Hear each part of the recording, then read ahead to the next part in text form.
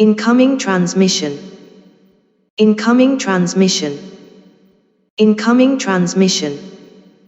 Incoming transmission. Incoming transmission.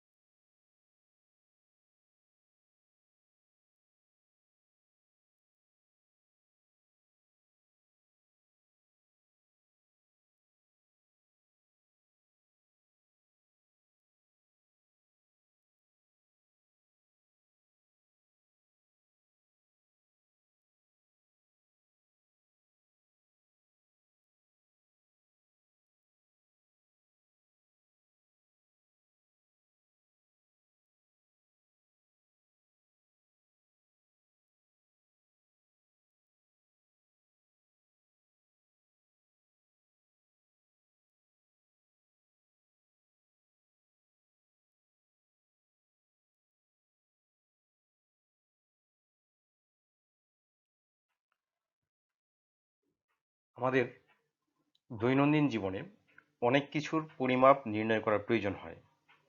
যেমন ধরো, একটি টেবিলের দৈর্ঘ্য কয়টা বাজে, একটি রাস্তার কতটুকু দূরত্ব, তোমার দেহের তাপমাত্রা কত, ইত্যাদি প্রতিনিয়ত আমরা এই বিষয়গুলো পরিমাপ করে চলি।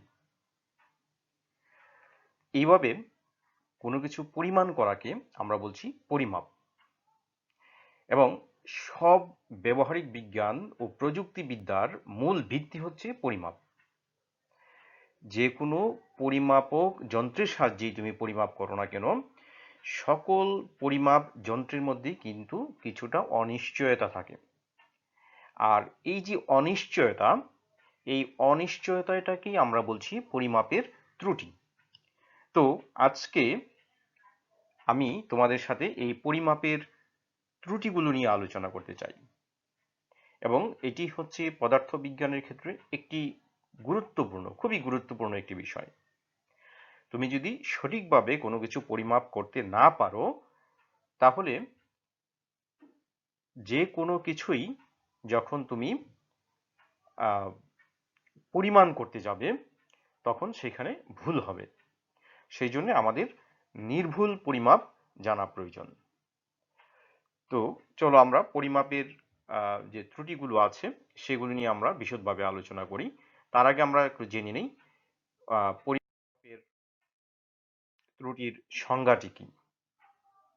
আমরা বলছিলাম যে পরিমাপের অনিশ্চয়তাটাকে, আবারও বলছি, কোনো কিছু পরিমাপ করার যে অনিশ্চয়তা, সেই অনিশ্চয়তাকে আমরা বলছি পরিমাপের ত্রুটি।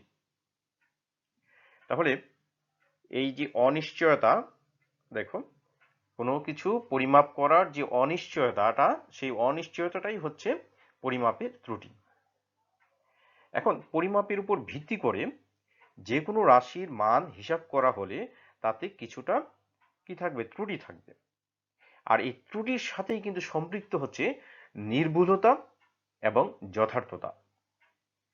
নির্ভুলতা ইংরেজিতে বলা হয় অ্যাকুরেসি, এবং যথার্থতা এটাকে ইংরেজিতে বলা হয় প্রেসিশন। তাহলে এই অ্যাকুরেসি এবং প্রেসিশন, এই দুইটি শব্দ আমাদের এখানে প্রয়োজন হবে। তো আমরা দুইটি শব্দের সংজ্ঞা একটু জেনে নিতে পারি। তো পরিমাপের নির্ভুলতা হচ্ছে কোনো রাশির পরিমাপের মান প্রকৃত মানের কতটা কাছাকাছি তার পরিমাণ। আবারও বলছি, পরিমাপের নির্ভুলতা হচ্ছে কোনো রাশির পরিমাপ্য মান প্রকৃত মানের কতটা কাছাকাছি।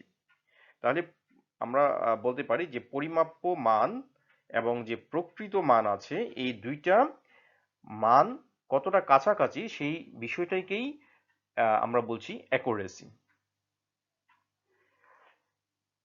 এখন দেখো, আর এই যে যথার্থতা হচ্ছে রাশির পরিমাপের সীমা। অথবা কোনো যন্ত্রের কোনো একটি রাশির বিশ্লেষণ ক্ষমতা, সেটাকে আমরা বলছি যথার্থতা। আমার মনে হয় এই বিষয়গুলোর আমরা যদি একটি উদাহরণের মাধ্যমে বুঝতে চাই তাহলে জিনিসটা সহজ হবে। আবারও বলছি, এক্ষেত্রে আমরা অনিশ্চয়তার সাথে দুটি টার্ম আমরা পাবো, একটি হচ্ছে নির্ভুলতা আর একটি হচ্ছে যথার্থতা। তো আমরা দেখি কোন যন্ত্রের ক্ষেত্রে নির্ভুলতা বেশি, কোন যন্ত্রের ক্ষেত্রে নির্ভুলতা কম। ধরো আমরা পদার্থবিজ্ঞানে খুব কমনলি যে দুইটি যন্ত্রের সাথে পরিচিত সেটি হচ্ছে একটি স্লাইড ক্যালিপার্স আর একটি হচ্ছে স্ক্রুগজ। তোমরা সবাই জানো সাধারণত, আমি বলছি সাধারণত, যে একটি স্লাইড ক্যালিপার্স দ্বারা আমরা ল্যাবরেটরিতে যে সকল মেজারমেন্ট করি এগুলি সাধারণত সর্বনিম্ন 0.1 মিলিমিটার পর্যন্ত একটি স্লাইড ক্যালিপার্সের মাধ্যমে মেজারমেন্ট করা যায়, কিংবা 0.05 মিলিমিটার পর্যন্ত একটি স্লাইড ক্যালিপার্সের সাহায্যে মেজারমেন্ট করা যায়। আবার স্ক্রু গজের সাহায্যে কিন্তু তার চেয়েও আরেকটু বেশি, সাধারণত স্ক্রু গজের সাহায্যে তার চেয়ে একটু বেশি মেজারমেন্ট করা যায়। বেশি বলতে হচ্ছে যে তার চেয়ে আরেকটু বেশি পরিমাণ সূক্ষ্ম, মানে 0.01 মিলিমিটার কিংবা তার চেয়েও আরেকটু বেশি মেজারমেন্ট করা যায়। তো এই যে মেজারমেন্টটা সর্বনিম্ন কতটুকু পর্যন্ত অথবা সূক্ষ্ম কতটুকু পর্যন্ত মেজারমেন্ট করা যায় সেটা নির্ভর করবে কিসের উপরে? একটি স্লাইড ক্যালিপার্সের ভার্নিয়ার কনস্ট্যান্টের উপরে, আর একটি স্ক্রু গজের ক্ষেত্রে তার লঘিষ্ঠ গণনের উপরে। আসলে মূলত বিষয়টা কিন্তু দুইটাই কিন্তু একই রকমের। একটি স্লাইড ক্যালিপার্সের সাহায্যে সর্বনিম্ন যে পরিমাণ পরিমাপ করা যায় এটাই কিন্তু আসলে প্রকৃতপক্ষে ওই স্লাইড ক্যালিপার্সের ক্ষেত্রে ধ্রুবক, অর্থাৎ এক্ষেত্রে আমরা বলছি ভার্নিয়ার ধ্রুবক। আবার একটি স্ক্রু গজের ক্ষেত্রে সর্বনিম্ন যে পরিমাণ পর্যন্ত পরিমাপ করা যায় সেটি হচ্ছে তার জন্য লঘিষ্ঠ গণন। তো এই লঘিষ্ঠ গণন ইংরেজি শব্দটা হচ্ছে লিস্ট কাউন্ট। এর মানে হচ্ছে যে ওই যন্ত্রের সর্বনিম্ন কতটুকু পর্যন্ত হিসাব করা যাবে, গণনা করা যাবে, পরিমাপ করা যাবে তার মান। তো সুতরাং আমরা যদি স্লাইড ক্যালিপার্সের ক্ষেত্রে ভার্নিয়ার কনস্ট্যান্ট বলি, তার মানে ভার্নিয়ার কনস্ট্যান্টটা হচ্ছে ওই স্লাইড ক্যালিপার্সের জন্য লঘিষ্ঠ গণন। কিন্তু সাধারণত আমরা যেহেতু আমরা স্লাইড ক্যালিপার্সের কথা বলছি, স্লাইড ক্যালিপার্সের ক্ষেত্রে আমরা ভার্নিয়ার কনস্ট্যান্ট শব্দটাই ব্যবহার করি। তো যাই হোক, আমি ধরে নিলাম যে কোনো একটি বস্তুর প্রকৃত দৈর্ঘ্য মানে হচ্ছে যে এই বস্তুটা আমরা যেই যন্ত্র দিয়েই পরিমাপ করি না কেন সেটা যদি এখানে যে দৈর্ঘ্যটি দেওয়া আছে সেই দৈর্ঘ্যটি ধরো 7.548 মিলিমিটার, অর্থাৎ কোনো যন্ত্র দিয়ে যদি আমরা এটার পরিমাপ 7.548 মিলিমিটার পাই তাহলে আমরা ধরে নিব যে ওই যন্ত্রটি হচ্ছে অ্যাকচুয়াল ভ্যালু দিয়েছে। তো যদি এই অ্যাকচুয়াল ভ্যালু এটা না হয় তাহলে আমরা ধরে নিব যে ওই যন্ত্রটিতে ভুল আছে। তাহলে এখন আসো এই আমরা যে বলছিলাম যে একটি স্লাইড ক্যালিপার্স বা স্ক্রু গজ, তাহলে ওই যন্ত্রটা যে কোনো একটা যন্ত্র দিয়ে আমরা তার দৈর্ঘ্য পরিমাপ করতে পারি। ধরো আমরা স্লাইড ক্যালিপার্স দিয়ে তার দৈর্ঘ্য পরিমাপ করতে চাই। তো এখানে যে আমাদের স্লাইড ক্যালিপার্সটি আছে সেই স্লাইড ক্যালিপার্সের বিশ্লেষণ ক্ষমতা হচ্ছে কত? আমি বলছি 0.1 মিলিমিটার। তো এই যে 0.1 মিলিমিটার মূলত হচ্ছে কিন্তু আসলে ওই স্লাইড ক্যালিপার্সের ভার্নিয়ার কনস্ট্যান্ট। তুমি দেখো এখানে যে স্লাইড ক্যালিপার্সটি দেওয়া আছে, এই যে স্লাইড ক্যালিপার্সটির ক্ষেত্রে তার যে ভার্নিয়ার স্কেলটি আছে, ভার্নিয়ার স্কেলটিতে 10টি দাগ আছে।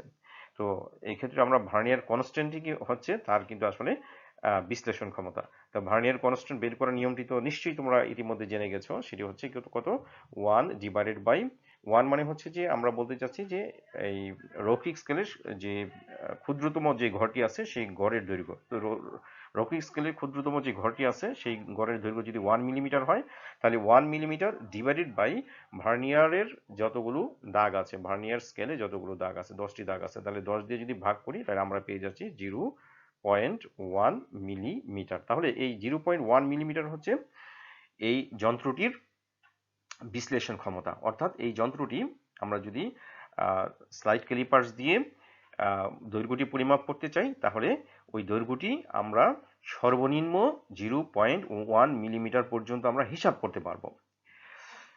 এখন যদি আমি হিসাব করি, আমি ধরে নিলাম যে আমি হিসাব করে যে ভ্যালুটা পেয়েছি সেই ভ্যালুটা হচ্ছে 7.5। তো 5 এর পরে যে ভ্যালুটা আছে, যেমন 5 এর পরে এখানে তো আসলে 4, 8 ইত্যাদি আরো অনেক ভ্যালু আছে। 4, 8 ভ্যালুতে এটা আসলে পাওয়ার কথা না, কারণ এই যন্ত্র তো শুধুমাত্র দশমিকের পরে এক ঘর পর্যন্ত সে কাউন্ট করতে পারবে, অর্থাৎ দশমিক, 1, 2, 3 এরকম যে ভ্যালুগুলো আছে সেগুলো কাউন্ট করতে পারবে। তাহলে এই যন্ত্র দিয়ে ধরি আমি তার দৈর্ঘ্য পেলাম হিসাব করে। কিভাবে হিসাব করে বের করতে হবে সেটা তো আমরা জানি। তো এভাবে হিসাব করে আমরা দেখলাম যে তার দৈর্ঘ্য হলো 7.5 মিলিমিটার। অন্যদিকে আমাদের যে স্ক্রু গজটি আছে, স্ক্রু গজের ক্ষেত্রেও কিন্তু আমরা বিশ্লেষণ ক্ষমতা, অর্থাৎ তার যে লিস্ট কাউন্ট আমরা তো হিসাব করতে পারি। এই লিস্ট কাউন্টের পরিমাণ হচ্ছে 0.01। তো তাহলে এই 0.01 অর্থাৎ সে দশমিকের পরে কিন্তু আরো 2 ঘর পর্যন্ত সে হিসাব করতে পারছেন। তো এই এই যে স্ক্রু গজটি আছে সেই স্ক্রু গজটি দিয়ে আমরা ধরো যে ওই বস্তুটির দৈর্ঘ্য পরিমাপ করলাম এবং সেটি পেলাম হচ্ছে 7.47 মিলিমিটার। এটা আসলে মিলিমিটার হবে। এখন দেখো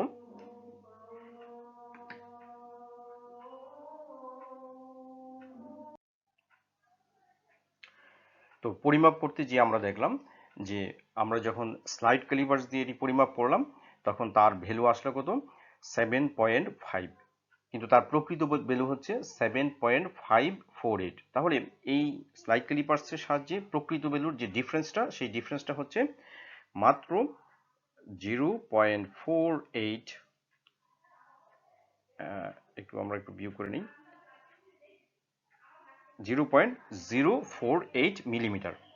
অন্যদিকে স্ক্রু গজের সাহায্যে যে আমরা পরিমাপ করলাম সেই পরিমাপ্য মানের সাথে প্রকৃত যে দৈর্ঘ্য তার পার্থক্য হচ্ছে কত, মাত্র আমরা এখানে দেখতে পাচ্ছি 0.078 মিলিমিটার। দেখো এত মিলিমিটার, আর এখানে হচ্ছে এত মিলিমিটার। তাহলে আমরা দেখতে পাচ্ছি যে যদিও স্লাইড ক্যালিপার্স যন্ত্রটি দিয়ে খুব বেশি সূক্ষ্ম দৈর্ঘ্য পরিমাপ করা যায় না, যতটা না পারা যায় স্ক্রু গজ দিয়ে পরিমাপ করার, কিন্তু এই ক্ষেত্রে যে মাপের যে ডিফারেন্সটা সেই ডিফারেন্সটা কিন্তু আমরা দেখলাম যে স্ক্রু গজের সাথে যে পরিমাপ সেই পরিমাপের সাথে পার্থক্যটা অনেক কম।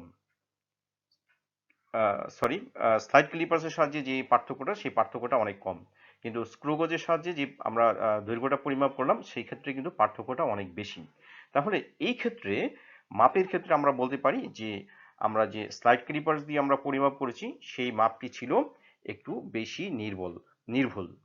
কার সাথে কম্পেয়ার করে, উইথ রেসপেক্ট টু আমরা স্ক্রু গজ। তাহলে স্ক্রু গজের সাথে যদি আমরা কম্পেয়ার করি তাহলে আমরা দেখব যে এই ক্ষেত্রে এই মাপের ক্ষেত্রে বেশি নির্ভুল হচ্ছে কি স্লাইড ক্যালিপার্স।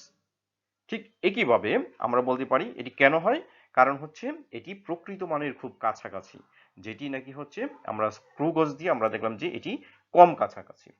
তাহলে এই ক্ষেত্রে আমরা যে স্লাইড ক্যালিপার্স, এই স্লাইড ক্যালিপার্সে কিন্তু আমরা দেখছি যে স্লাইড ক্যালিপার্সের যথার্থতা কিন্তু যথার্থতা কম কেন, কারণ স্লাইড ক্যালিপার্স দিয়ে শুধুমাত্র এই ক্ষেত্রে পয়েন্ট এর পরে এক ঘর পর্যন্ত দৈর্ঘ্যটুকু পরিমাপ করা যায়, যে ক্ষেত্রে স্ক্রু গজের ক্ষেত্রে কিন্তু আমরা দেখতে পাচ্ছি যে পয়েন্টের পরেও আরো 2 ঘর, দেখো পয়েন্টের পরেও আরো 2 ঘর দৈর্ঘ্য পরিমাপ করা যায়। আর এখানে এই বিশ্লেষণ ক্ষমতা হচ্ছে 0.1, তার মানে পয়েন্টের পরে আর এক ঘর পর্যন্ত দৈর্ঘ্য পরিমাপ করা যায়। তো যার জন্যে আমরা দেখতে পাচ্ছি যে এই ক্ষেত্রে একটি স্লাইড ক্যালিপার্স নিয়েছিলাম, সেই স্লাইড ক্যালিপার্সের যথার্থতা কম হয়েছে, যেখানে যথার্থতা বেশি হচ্ছে একটি স্ক্রু গজের। হ্যাঁ, এবং এটি কেন, যথার্থতা নির্ভর করছে কার উপরে, তার বিশ্লেষণ ক্ষমতার উপরে। অর্থাৎ এই ক্ষেত্রে স্লাইড ক্যালিপার্সটি বিশ্লেষণ করতে পারছে 0.1 মিলিমিটার পর্যন্ত, যেখানে স্ক্রুগজ বিশ্লেষণ করতে পারছে 0.01 মিলিমিটার পর্যন্ত। কিন্তু এমনিতেই আমরা যদি চিন্তা করি, খুব স্বাভাবিক সেন্স থেকে আমরা বলতে পারি যে যে যন্ত্র বেশি সূক্ষ্ম পরিমাণ হিসাব করতে পারে সেই যন্ত্রটি তত বেশি নির্ভুল। অর্থাৎ যে যন্ত্রটি বেশি নির্ভুল সেটি অবশ্যই কি হইতে হবে, এটি আহ, আহ, বেশি সূক্ষ্ম পরিমাপ করতে পারে। কিন্তু এই ক্ষেত্রে আমরা এখানে যে রেজাল্টটি দেখলাম, সেই রেজাল্টে আমরা দেখতে পাচ্ছি যে দ্বিতীয় যে পরিমাপটি, সেই পরিমাপটিতে আমরা কি পাচ্ছি, কম নির্ভুল পাচ্ছি, এবং দ্বিতীয় যে যন্ত্রটি সেটি বেশি যথার্থ। তাহলে কিন্তু বেশি যথার্থ হলেই যে নির্ভুল হবে এমন না, সেটি নির্ভর করবে কিন্তু পরিমাপের উপরে। আমি যে পরিমাপটা করছি সেই পরিমাপের উপরে। শুধুমাত্র একটি সূক্ষ্ম সুবিধি যন্ত্র দিয়েই কিন্তু আমরা বলতে পারি না যে এই মাপটি খুব বেশি নির্ভুল, হ্যাঁ, কিংবা হচ্ছে যে এই মাপটি বেশি যথার্থ। এটি নির্ভর করবে কিসের উপরে? নির্ভর করবে হচ্ছে যে তুমি যে পরিমাপ করেছো সেই পরিমাপটি প্রকৃত মানের কতটুকু কাছাকাছি। আর এই প্রকৃত মানের কাছাকাছি হওয়ার জন্যই আমাদের জানা দরকার পরিমাপ করতে গিয়ে আমাদের কি কি ত্রুটি হয়। এই ত্রুটিগুলো যদি আমরা অ্যাভয়েড করতে পারি, তাহলে আমরা দেখব যে যথার্থ কোনো যন্ত্র দিয়ে, অর্থাৎ যার বিশ্লেষণ ক্ষমতা অনেক কম, সেই রকম যন্ত্র দিয়ে, বা যার বিশ্লেষণ ক্ষমতা অনেক বেশি, সেই রকম যন্ত্র দিয়ে আমরা আরো বেশি সূক্ষ্ম পরিমাণ পরিমাপ করতে পারবো। বিশ্লেষণ ক্ষমতা কি মানে ওইটি যত সূক্ষ্ম পরিমাণ কি করতে পারে, মেজারমেন্ট করতে পারে, সেটি হচ্ছে তার তত তার বিশ্লেষণ ক্ষমতা। তাহলে আমরা এই ক্ষেত্রে দেখলাম যে যদিও আমরা এতদিন পর্যন্ত জেনে আসছি যে একটি স্লাইড ক্যালিপার্সের সাহায্যে আমরা যে দৈর্ঘ্য পরিমাপ করতে পারবো, তার চেয়ে আরো সূক্ষ্ম, আরো নির্ভুলভাবে আমরা বের করতে পারবো স্ক্রু গজ দিয়ে। কিন্তু বিষয়টি শুধু এখানেই সীমাবদ্ধ নয়, এর সাথে আরো অনেক বিষয় জড়িত। আর সেই বিষয়গুলো হচ্ছে পরিমাপের ক্ষেত্রে ত্রুটি। পরিমাপের ত্রুটি দিয়েই আমরা এই জিনিসগুলোকে কি করতে পারি, অমিট করতে পারি। মানে এই যে ত্রুটিগুলো যদি আমরা অমিট করতে পারি, তাহলে আমরা দেখব যে এক্ষেত্রে আমরা প্রকৃত মানের কাছাকাছি পৌঁছে গেছি।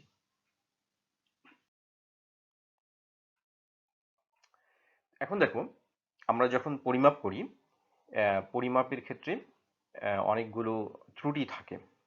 হ্যাঁ, আমরা কতগুলো ত্রুটির কথা বলতে পারি, যেমন যান্ত্রিক ত্রুটি, পর্যবেক্ষণমূলক ত্রুটি, এলোমেলো ত্রুটি এবং পুনরাবৃত্তি ত্রুটি। এর মধ্যে যান্ত্রিক ত্রুটি খুবই গুরুত্বপূর্ণ। আমরা মূলত এই ক্ষেত্রে আমরা হাইলাইট করতে চাই যান্ত্রিক ত্রুটিকে। এই যে যান্ত্রিক ত্রুটি, এই যান্ত্রিক ত্রুটিটি আবার কয়েকটি ভাগে বিভক্ত। একটি হচ্ছে শূন্য ত্রুটি। তোমরা নিশ্চয়ই শূন্য ত্রুটি এই নামটি শুনে থাকবে, কেননা তোমরা স্লাইড ক্যালিপার্স এবং স্ক্রু গজের ব্যবহার শিখেছো, এবং এর মাধ্যমে তোমরা নিশ্চয়ই দৈর্ঘ্য পরিমাপ করতে জানো। এবং এই যে যান্ত্রিক ত্রুটিটি, শূন্য ত্রুটি, এটি কিন্তু স্লাইড ক্যালিপার্স এবং স্ক্রু গজের ক্ষেত্রে অত্যন্ত গুরুত্বপূর্ণ, এবং স্লাইড ক্যালিপার্স এবং স্ক্রু গজের ক্ষেত্রে এই ত্রুটিটি আমরা পরীক্ষণের ক্ষেত্রে অবশ্যই ব্যবহার করব। শূন্য ত্রুটিকে আমরা দুটি ক্যাটাগরিতে ভাগ করি। একটি হচ্ছে ধনাত্মক ত্রুটি, আর একটি হচ্ছে ঋণাত্মক ত্রুটি। এছাড়াও যান্ত্রিক ত্রুটিকে আরেকটি ভাগে ভাগ করা যায়, পিছট ত্রুটি, এবং আরেকটি হচ্ছে লেবেল ত্রুটি। পিছট ত্রুটি বা ব্যাকলেশ এরর, আরেকটি হচ্ছে লেবেল ত্রুটি। চলো আমরা এই বিষয়গুলো নিয়ে বিশদভাবে আলোচনা করি। শূন্য ত্রুটি, এটি সাধারণত ভার্নিয়ার স্কেল, স্ক্রু গজ অথবা স্লাইড ক্যালিপার্স আছে এই ধরনের যে সকল যন্ত্র, অথবা যে যন্ত্রের সাথে স্ক্রু গজ লাগানো থাকে, অথবা স্ক্রু লাগানো থাকে, অথবা স্ক্রুর নিয়ম অনুযায়ী যে সকল যন্ত্রগুলো চলে, এই সকল যন্ত্রের ক্ষেত্রে এই ত্রুটিটি পরিলক্ষিত হয়। আমরা বলছিলাম যে এই ত্রুটিটির নাম হচ্ছে শূন্য ত্রুটি। শূন্য ত্রুটি কেন বলা হয়?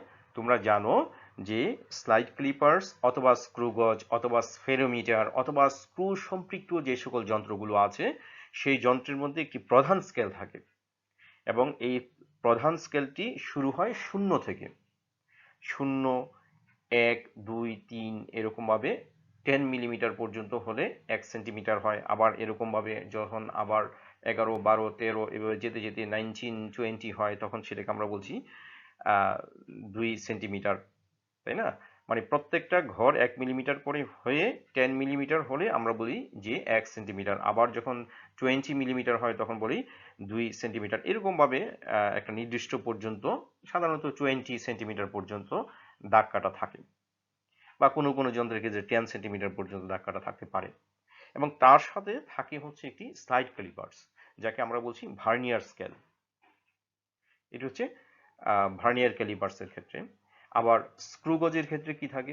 স্ক্রু গজের ক্ষেত্রে কিন্তু একটি বৃত্তাকার স্কেল লাগানো থাকে, কার সাথে? একটি রৈখিক স্কেলের সাথে। আবার একটি স্ফেরোমিটারের মধ্যে কি থাকে? একটি রৈখিক স্কেলের সাথে একটি বৃত্তাকার স্কেল লাগানো থাকে।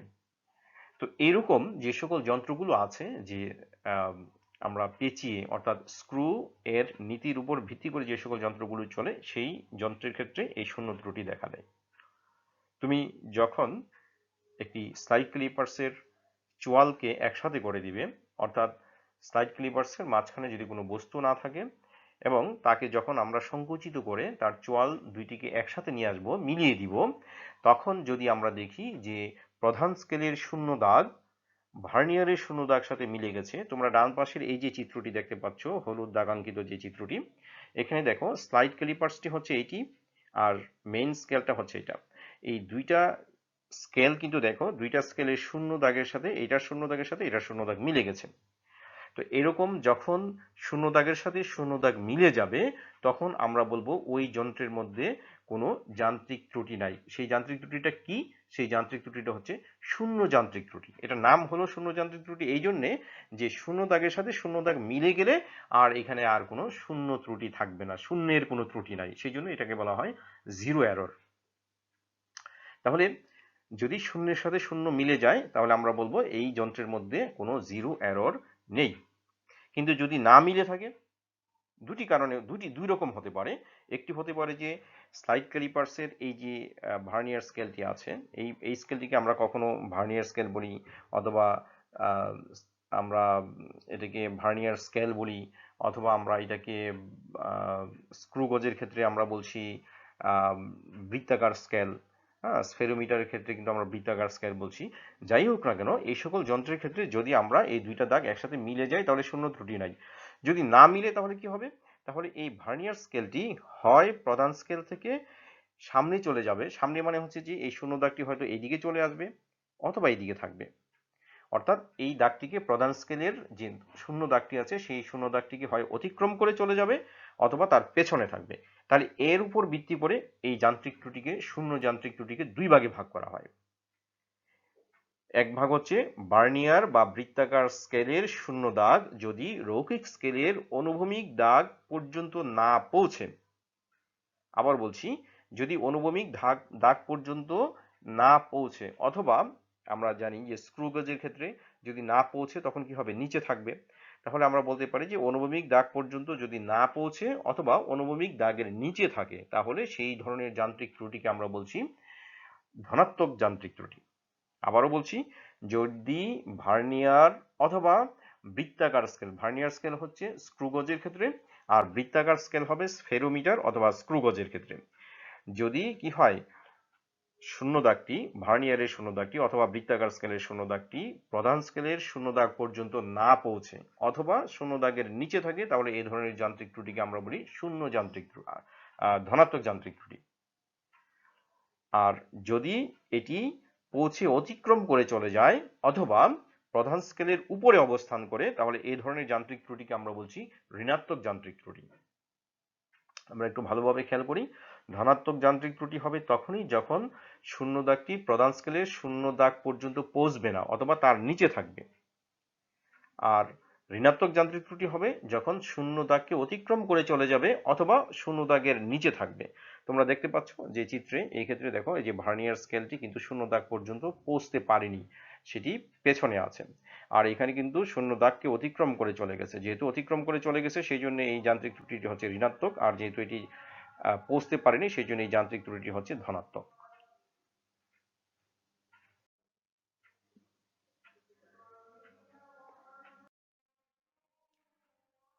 আমরা এই বিষয়টি আরেকটু বিশদভাবে আলোচনা করতে চাই। চিত্রে কিন্তু আমরা স্ক্রু গজ এর বিভিন্ন অবস্থান দেখিয়েছি। প্রথম চিত্রটি তোমরা যদি দেখো, খুব ভালোভাবে যদি খেয়াল করো, দেখো আমরা প্রথম চিত্রে বলতে চাচ্ছি যে এই যন্ত্রের যে কোনো শূন্য ত্রুটি কিন্তু নেই। হ্যাঁ, এই ক্ষেত্রে কোনো ত্রুটি নেই। ওকে, তাহলে যদি বলি যে এই যন্ত্রের এই জায়গার মধ্যে কোনো ত্রুটি নেই, কেন ত্রুটি নেই? কারণ দেখো আমরা দেখতে পাচ্ছি যে এই যে দাগটি আছে, এখানে যে দাগটি, এটি হচ্ছে স্ক্রু গজের যে প্রধান স্কেল অথবা রৈখিক স্কেল, এই রৈখিক স্কেলের যে দাগটি, এই দাগের সাথে বৃত্তাকার স্কেলের যে দাগটি আছে সেই দাগটি কিন্তু একেবারে মিলে গেছে। কোথায় মিলে গেছে? শূন্য বরাবর মিলে গেছে। সেই জন্য এই ক্ষেত্রে আমাদের কোনো যান্ত্রিক ত্রুটি নেই। এই শূন্য ত্রুটি, এখানে কোনো শূন্য ত্রুটি নেই। এবং স্ক্রু গজের ক্ষেত্রে কিভাবে পার্ট নিতে হয় সেটা আমরা আবার একটু মনে করার চেষ্টা করি। স্ক্রু গজের ক্ষেত্রে পার্ট নেওয়ার নিয়মটি হচ্ছে এরকম যে আমাদের অবশ্যই দেখতে হবে কোনো বস্তু দেওয়ার পরে, কোনো বস্তু যখন চোয়ালের মাঝখানে রাখবো, রেখে আমরা দেখব যে এই যে দাগটি আছে, রৈখিক স্কেলের যে দাগটি, এই দাগটি বৃত্তাকার স্কেলের কয় নম্বর দাগের সাথে মিলে যায়। এখানে আমরা দেখতে পাচ্ছি এটি 25 নম্বর দাগের সাথে মিলে গেছে। এবং রৈখিক স্কেল থেকে দুই ঘর মানে হচ্ছে 2 মিলিমিটার অতিক্রম করে গেছে। তাহলে রৈখিক স্কেল থেকে আমরা পেলাম হচ্ছে 2 মিলিমিটার, আর ভার্নিয়ার স্কেল অথবা এই ক্ষেত্রে যে আমরা বৃত্তাকার স্কেল বলছি, সেইখান থেকে আমরা যে পার্টটা পেলাম সেই পার্টটা হচ্ছে 0.25 মিলিমিটার। কেন? কারণ এই যে যন্ত্রটি আছে, এই যন্ত্রটির যে ঘর সংখ্যা আছে, সেই ঘর সংখ্যা হচ্ছে 100, যার জন্য তার ভার্নিয়ার কনস্ট্যান্টের মান হচ্ছে 0.01। তাহলে 0.01 দিয়ে যখন আমরা 25কে গুণ করব তখন আমরা পাবো হচ্ছে 0.25। তাহলে এই 0.25 পেলাম হচ্ছে ভার্নিয়ার স্কেল অথবা বৃত্তাকার স্কেল থেকে পার্ট, আর রৈখিক স্কেল থেকে পার্ট পেলাম হচ্ছে 2। তাহলে টোটাল পার্ট আসলো কত? 2.25 মিলিমিটার। তাহলে এক্ষেত্রে কোনো এরর নেই, এবং তার যে মানটি, সেই মানটি হচ্ছে কত? 2.25 মিলিমিটার। কোনো যান্ত্রিক ত্রুটি এক্ষেত্রে আমাদের নাই।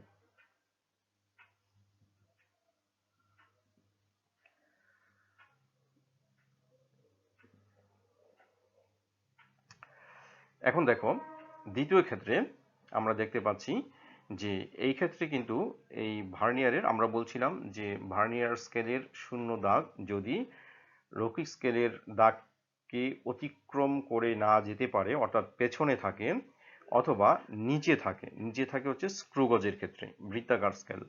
তাহলে এই দেখো বৃত্তাকার স্কেলের শূন্য দাগটি কোথায় আছে? শূন্য দাগটি আছে এই যে রৈখিক স্কেলের নিচ বরাবর। কয় গড় নিচে আছে? এই ক্ষেত্রে আমরা দেখতে পাচ্ছি 7 গড় নিচে আছে। তাহলে 7 গড় নিচে থাকার জন্য আমরা বলছি তো 7 গুণন, তাহলে তার যেহেতু নিচে আছে সুতরাং এই ত্রুটিটি হবে ধনাত্মক যান্ত্রিক ত্রুটি।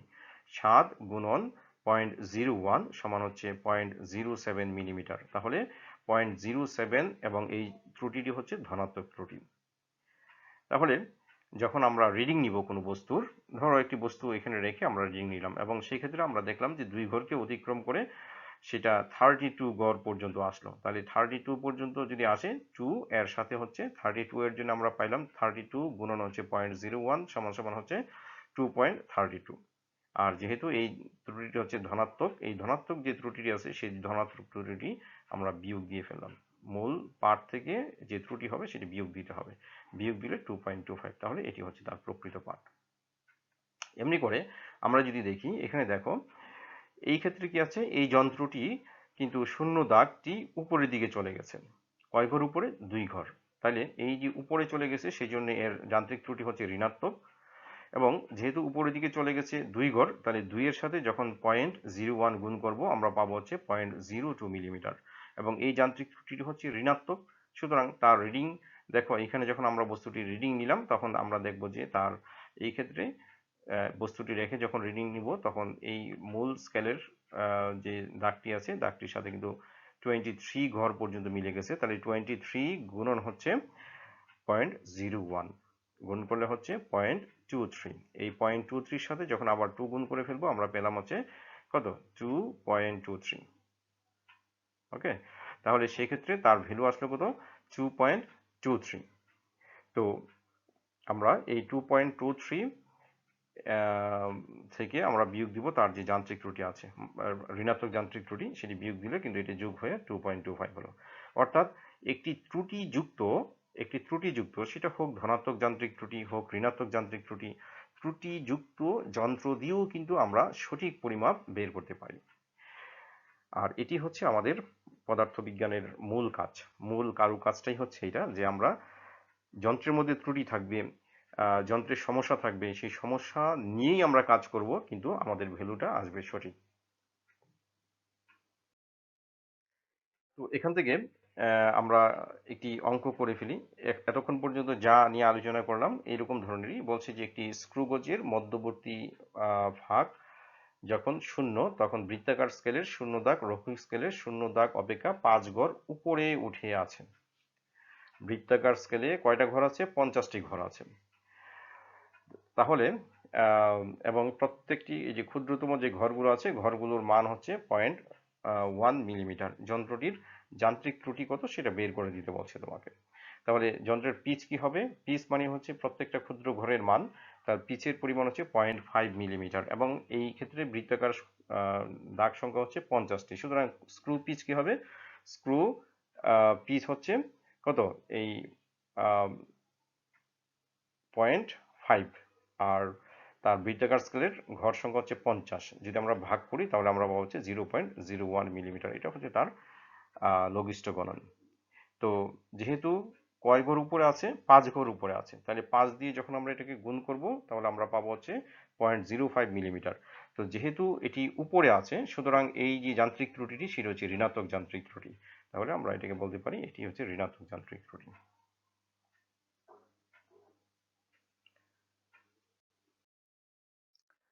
প্রিয় শিক্ষার্থীবৃন্দ, যান্ত্রিক ত্রুটির আরেকটি ত্রুটি হচ্ছে পিছট ত্রুটি, ইংরেজিতে বলা হয় ব্যাকল্যাশ এরর।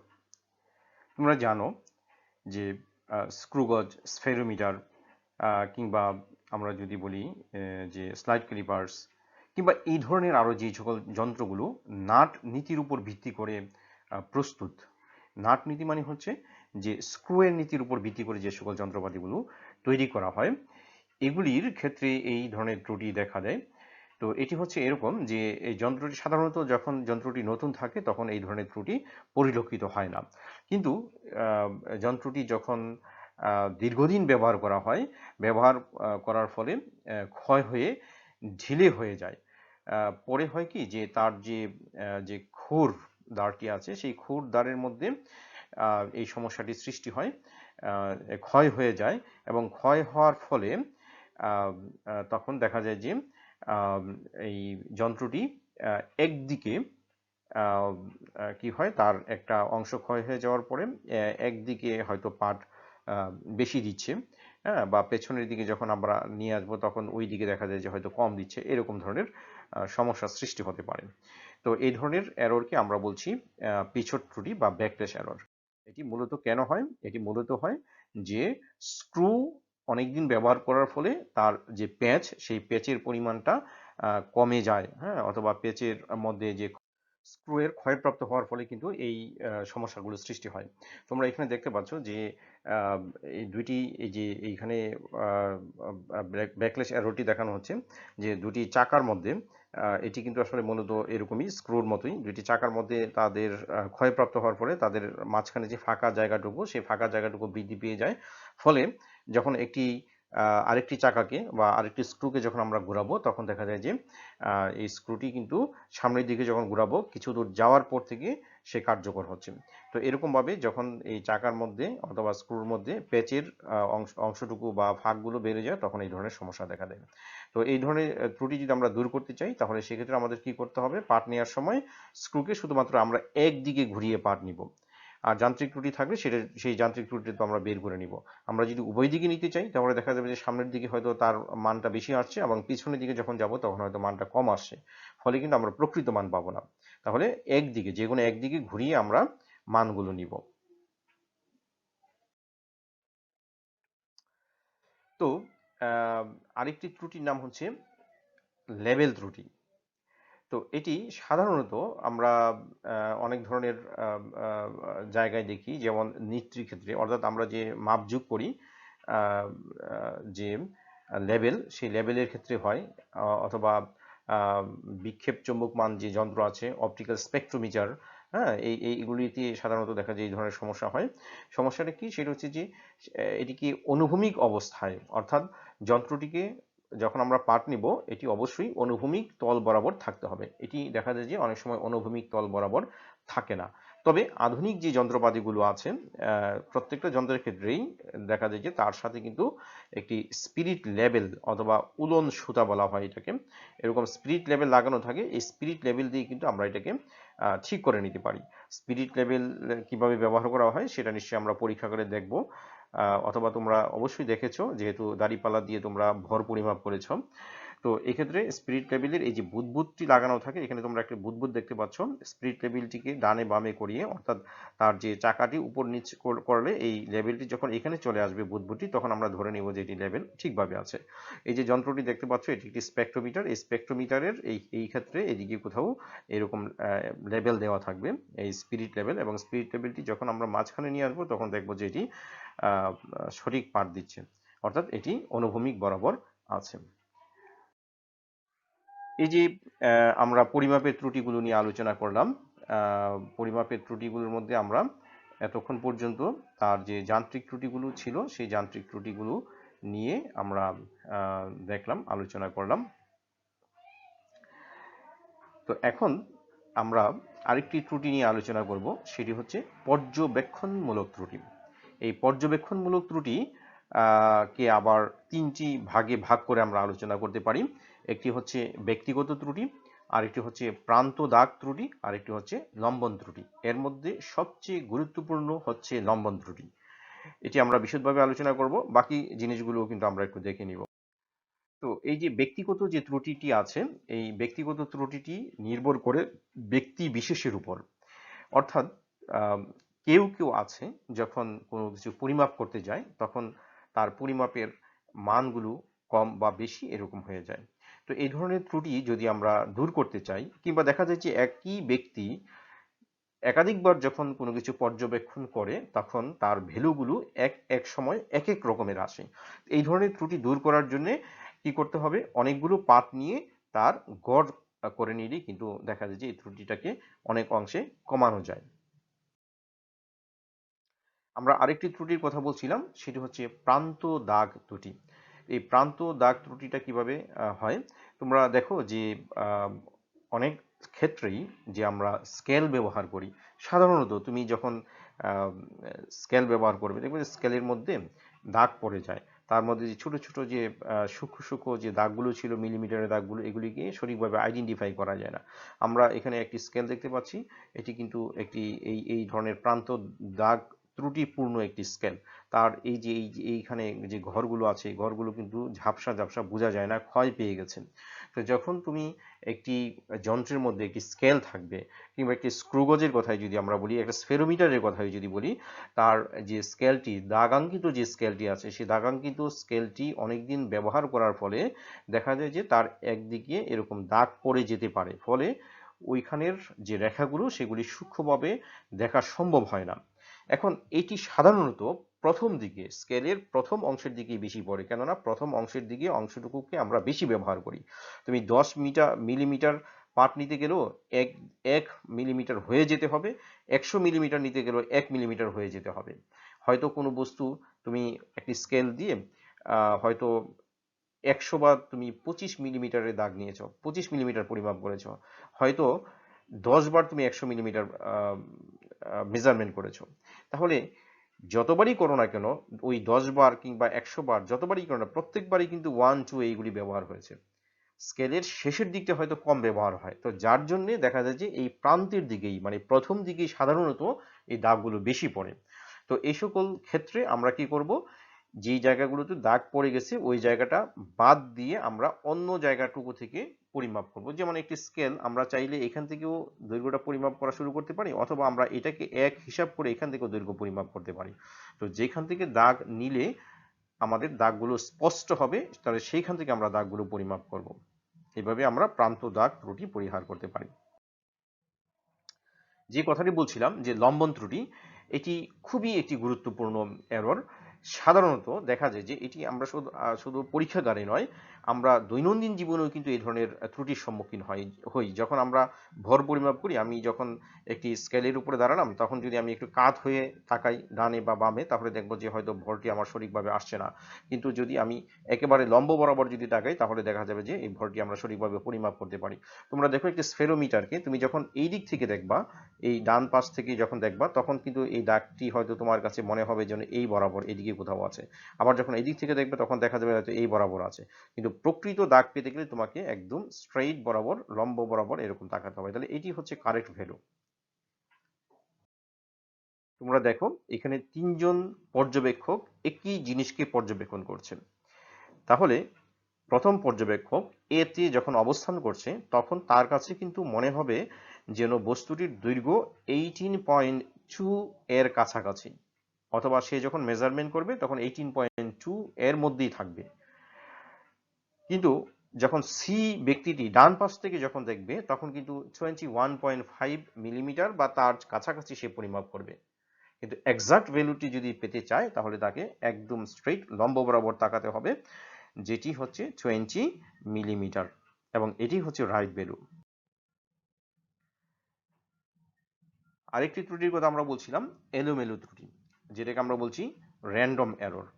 এই ত্রুটিটি সাধারণত দেখা যায় তুমি যখন কোনো কিছু পরিমাপ করতে যাবে, যেমন একটি স্টপ ওয়াচ দিয়ে তুমি যখন কোনো একটি সরল দোলকের জন্যে সময় পরিমাপ করবে বা দোলনকাল পরিমাপ করবে, তখন দেখা যাবে যে ওই সরল দোলকটি যখন দুলতে থাকবে ডানে বা বামে, ওই মুহূর্তে তুমি যখন কাউন্ট করবে 20টি বা 25টির জন্য, সাথে সাথে কাউন্ট শুরু করার সাথে সাথে স্টপ ওয়াচকে স্টার্ট করতে হবে, এবং 20 হওয়ার সাথে সাথে বা 25 হওয়ার সাথে সাথে কিন্তু স্টপ ওয়াচকে স্টপ করে দিতে হবে।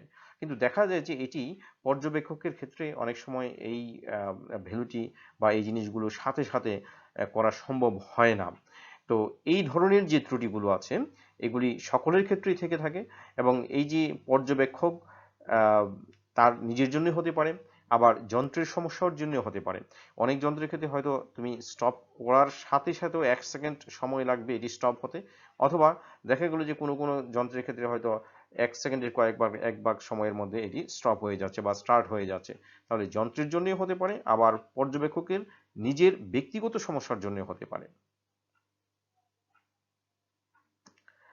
তো এই আহ, এলোমেলো ত্রুটিটি দুটি কারণেই হতে পারে, পর্যবেক্ষকের জন্য হতে পারে, আবার হতে পারে যন্ত্রের যান্ত্রিক ত্রুটির জন্য। যেমন সরল দোলকটি যখন আমরা নিলাম, প্রথমে দেখো খুব অল্প বিস্তারে আমরা দুলতে দিলাম, তাই না? কেউ হয়তো বৃহৎ বিস্তরে এটি দুলতে দিবে, হয়তো সময় কাউন্ট করার ক্ষেত্রে সে হয়তো ছেড়ে দিয়ে তারপরে কাউন্ট করবে, অথবা কেউ হয়তো ছেড়ে দেওয়ার আগেই কাউন্ট করা শুরু করবে। তাহলে ইত্যাদির উপর ভিত্তি করে এইটিকে এলোমেলো ত্রুটিটিকে আমরা বলতে পারি সেটা পর্যবেক্ষকের জন্য ব্যক্তিগত ত্রুটির জন্য হতে পারে, আবার যান্ত্রিক ত্রুটির কারণেও কিন্তু হতে পারে।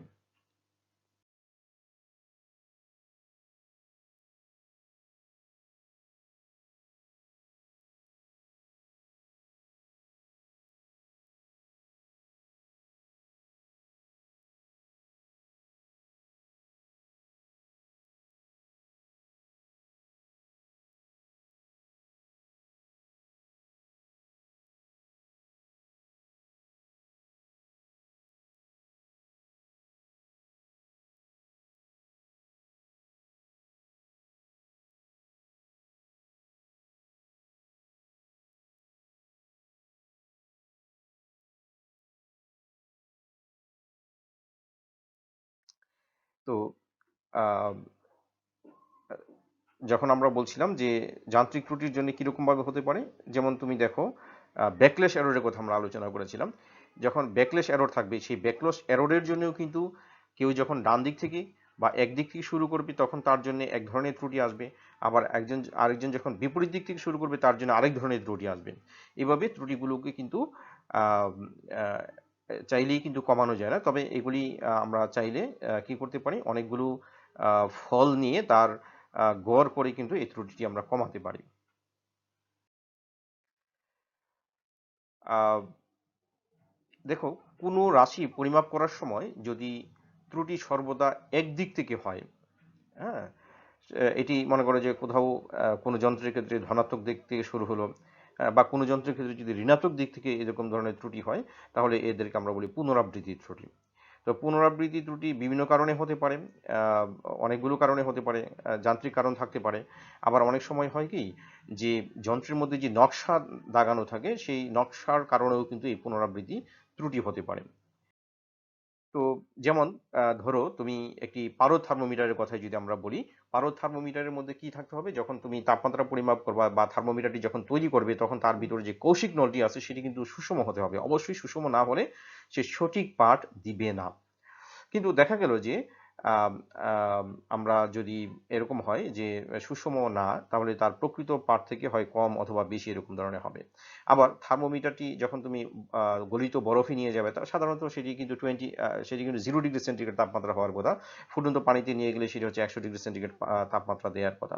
কিন্তু কোনো থার্মোমিটার যদি তা না দেয়, হ্যাঁ, তাহলে নিশ্চয়ই বলতে হবে তার মধ্যে যে দাগগুলো ছিল, দাগাঙ্কিত যে অংশটুকু ছিল, স্কেলটি ছিল, সেই স্কেলটি নিশ্চয়ই ঠিক নাই, অথবা তার ভিতরে যে আহ, কৌশিক নলটি আছে সেটি হয়তো সুষম নাই। তাহলে দেখা যায় যে এই যন্ত্রটি সর্বদাই তাপমাত্রা কম বা বেশি দিচ্ছে, ফলে এর মধ্যে এই ধরনের যান্ত্রিক ত্রুটি থাকে। তো এই বিষয়গুলো আমরা পদার্থবিজ্ঞানে বলি যে সব সময় যন্ত্রের মধ্যে ত্রুটি থাকবেই, এগুলি নিয়ে আমাদের কাজ করতে হবে। আর সেই কাজগুলো করার জন্যই কিন্তু আমরা এই জিনিসগুলো কিভাবে অ্যাভয়েড করা যায়, এগুলিকে আমরা কিভাবে কমাতে পারি, এই বিষয়গুলো নিয়েই কিন্তু আসলে পদার্থবিজ্ঞানের আজকের যে আলোচনা সেটি। তো এটি পরিহার করা যায়। তোমরা যখন তাপমাত্রা অধ্যায় দেখবে যে একটি ভুল থার্মোমিটার যেটি গলিত বরফে 2 ডিগ্রি সেন্টিগ্রেড তাপমাত্রা দেয়, কিংবা হচ্ছে যে বাষ্পের মধ্যে সেটি 102 ডিগ্রি সেন্টিগ্রেড তাপমাত্রা দিচ্ছে, তো সেটি দিয়েও আমরা কিন্তু প্রকৃত তাপমাত্রা বের করতে পারি, তাই না? সেটি একটি বিশেষ হিসাবের মাধ্যমে আমরা এগুলি করতে পারি। তো এই জন্য আমাদের যেটা দরকার সেটা হচ্ছে যে কোনো থার্মোমিটার দিয়ে যখন আমরা তাপমাত্রা পরিমাপ করব, তার আম, স্ফুটনাঙ্ক এবং হিমাঙ্ক আমরা স্থির করে নিব। যদি হিমাঙ্ক এবং স্ফুটনাঙ্ক স্থির করে নিতে পারি, তারপর তার ভিতরে যে দাগ কাটাগুলো আছে হিমাঙ্ক থেকে স্ফুটনাঙ্ক পর্যন্ত, যদি সেন্টিগ্রেড স্কেল হয় 100টি দাগ কেটে আমরা এই ধরনের সমস্যাগুলো সমাধান করতে পারি। আবার অনেক ক্ষেত্রে হয় কি যে কারো ব্যক্তিগত এরকম ত্রুটি থাকতে পারে। কেউ হয়তো ডান দিক কাত হয়ে থাকে সব সময়, কিংবা সে হয়তো পাঠ নেওয়ার সময় সব সময় ডান দিক ঝুঁকে পাঠ নেয়, তাহলে তার তার দিক থেকে এক ধরনের ত্রুটি হবে। এটা পক্ষপাত দুষ্ট ত্রুটি আমরা বলতে পারি। হ্যাঁ, সেই ক্ষেত্রে যেমন কেউ যদি অভিকর্ষ ত্বরণ নির্ণয় করতে যায়, তার তো অভিকর্ষ ত্বরণের মান 9.8 8 মিটার পার সেকেন্ড হতে হবে। আহ, তো এটি যদি না হয়, তাহলে সেক্ষেত্রে আমরা বলতে পারি যে এটি তার জন্যে আহ, এটি সঠিক নয়, এবং এটি তার ব্যক্তিগত কারণে হতে পারে, তাই না? এটা হচ্ছে মিটার পার সেকেন্ড স্কোয়ার। তো এটি অভ্যাসের কারণে হতে পারে।